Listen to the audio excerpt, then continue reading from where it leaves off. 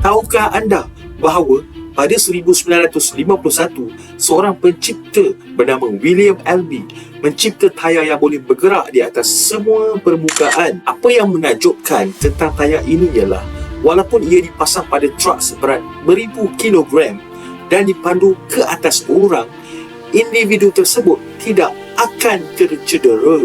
Tetapi bagaimana mungkin seseorang yang berada di bawahnya tidak dilenyek hingga mati? Ini kerana tayar tekanan rendah mengagihkan berat keseluruhan kenderaan secara sekata ke atas kawasan yang luas. Ini mengurangkan tekanan pada setiap titik. Jadi, apabila kerap melintasi seseorang, individu berat yang diedarkan secara sekata ini tidak akan menyebabkan kecederaan. Pada asalnya, tayar ini dicipta untuk bergerak di atas permukaan lembut seperti salji. Ia juga dikenali sebagai tayar Rollagon. Dahsyat weh!